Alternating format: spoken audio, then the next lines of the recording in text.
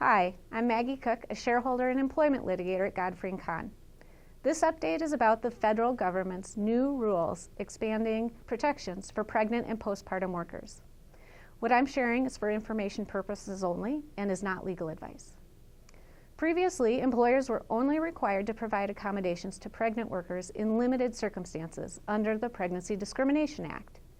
Last summer, however, Congress passed the Pregnant Workers Fairness Act, or PWFA.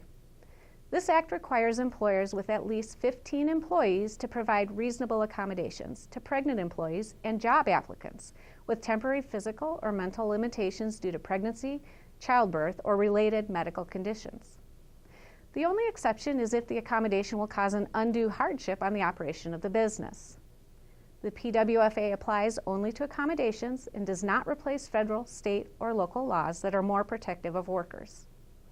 If it went into effect last summer, why are we talking about it now? Because the Equal Employment Opportunity Commission just issued its final regulations to carry out the law, and these regulations, which take an expansive reading of the PWFA's requirements, will go into effect this summer on June 18, 2024. A few things to note about the EEOC's new regulations.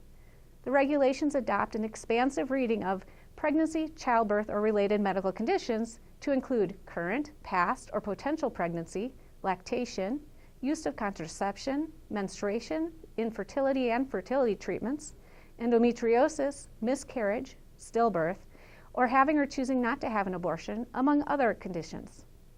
The regulations provide a non-exhaustive list of potential reasonable accommodations and identify 4 specific modifications or simple modifications that will virtually, in all cases, be found to be reasonable accommodations.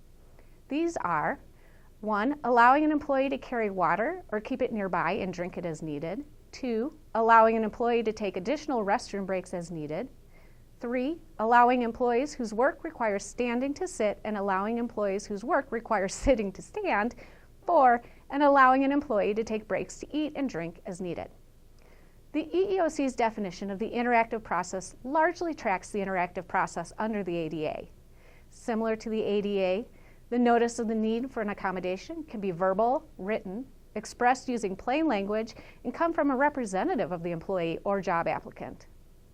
The regulations define prohibited practices under the PWFA and just in general provide a lot to unpack. This means that now is a good time for employers to work closely with their legal counsel to review and update their pregnancy accommodation policies and practices and ensure they comply with the new regulations.